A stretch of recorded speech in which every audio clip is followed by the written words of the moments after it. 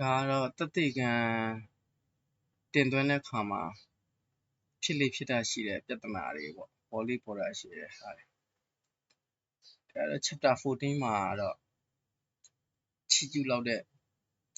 မှတ်ချက်ပြုလောက်တဲ့ဥပဒေတစ်ခုပေါ့လေအဲ့ဒါကိုဖော်ပြချင်တာပေါ့သူက chapter 14ထိတော့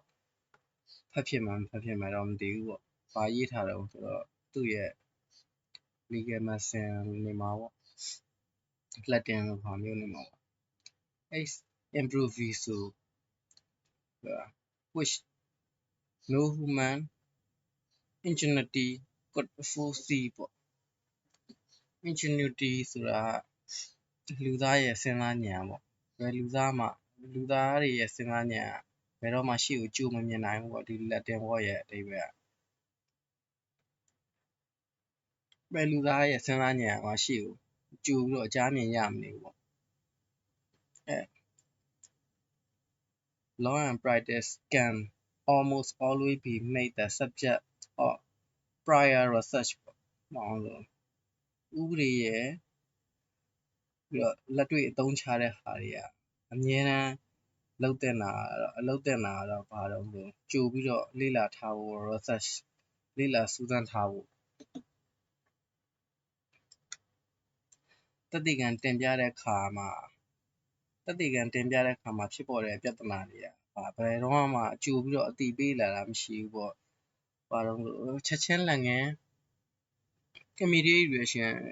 ချက်ချင်းတုံ့ပြန်ရတာပေါ့အဲ့ဒါတုံ့ပြန်ဖို့အတွက်တရားရုံးကကြိုတိပေးထားတာတို့ဘာလို့ကိုရှိလာမှာမဟုတ်ဘူးပေါ့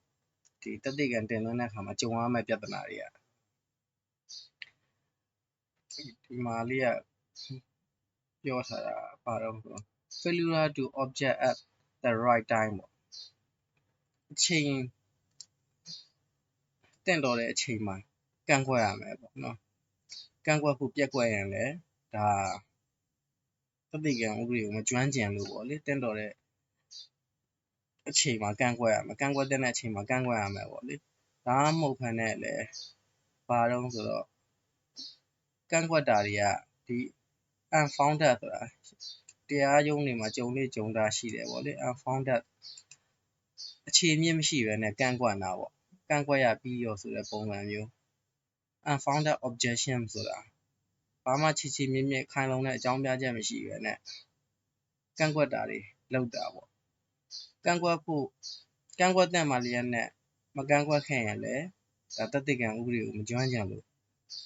အခြေအမြစ်မရှိဘဲနဲ့ရှောက်ကန့်ကွက်နေရင်လည်းဒါသက်သေခံဥပဒေကိုမကျွမ်းကျင်လို့ပေါ့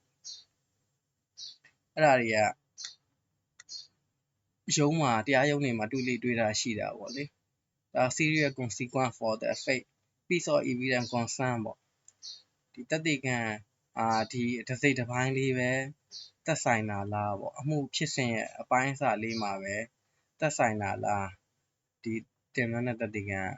ဒါမှမဟုတ်အမှုတစ်ခုလုံးအနေနဲ့သက်ဆိုင်တာလားပေါ့ဒါတွေကိုလည်းကိုယ်ပြသိရမှာပေါ့အဲ့တိုင်းသိဖို့ကတော့ဒီသက်သေခံဥပဒေကိုသဘောတရားတွေကိုကျွမ်းကျင်နားလည်မှ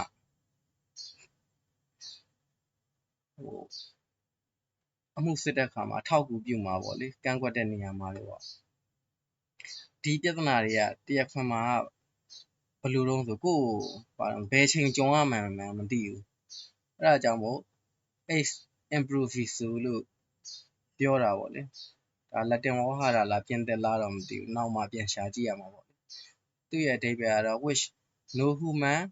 ingenuity could foresee ရှေ့ကိုလူရဲ့စဉ်းစားဉာဏ်အကြမ်းမြင်ရတာမဟုတ်ဘူးပေါ့လေဒီ one opponent ဆိုတာဒါကတော့တရားပြိုင်ပေါ့တရားပြိုင်ရဲ့ကန့်ကွက်ချက် objection တွေကိုယ့်ရဲ့ပြိုင်ဘက်ရဲ့ကန့်ကွက်ချက်ပေါ့နော်တရားပြိုင်ကိုယ်နဲ့ဆန့်ကျင်ဘက်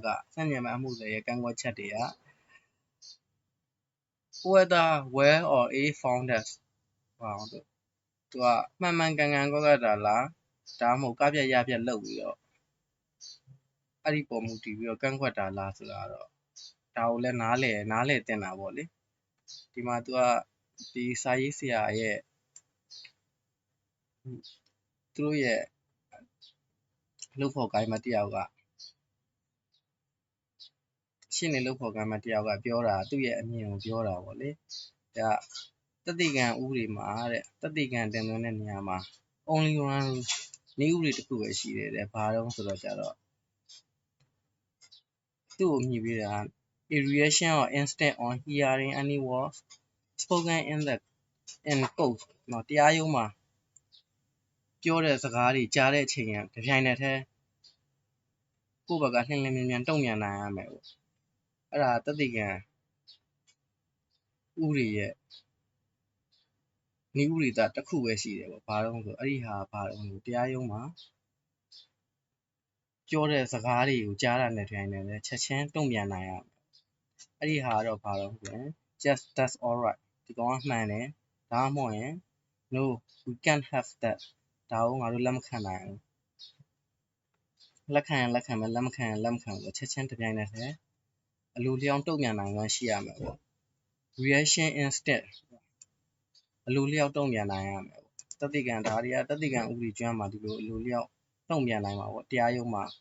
စကားပြောကြဆိုကြတဲ့အခါမှာကြားနာတဲ့အခါမှာပေါ့လေ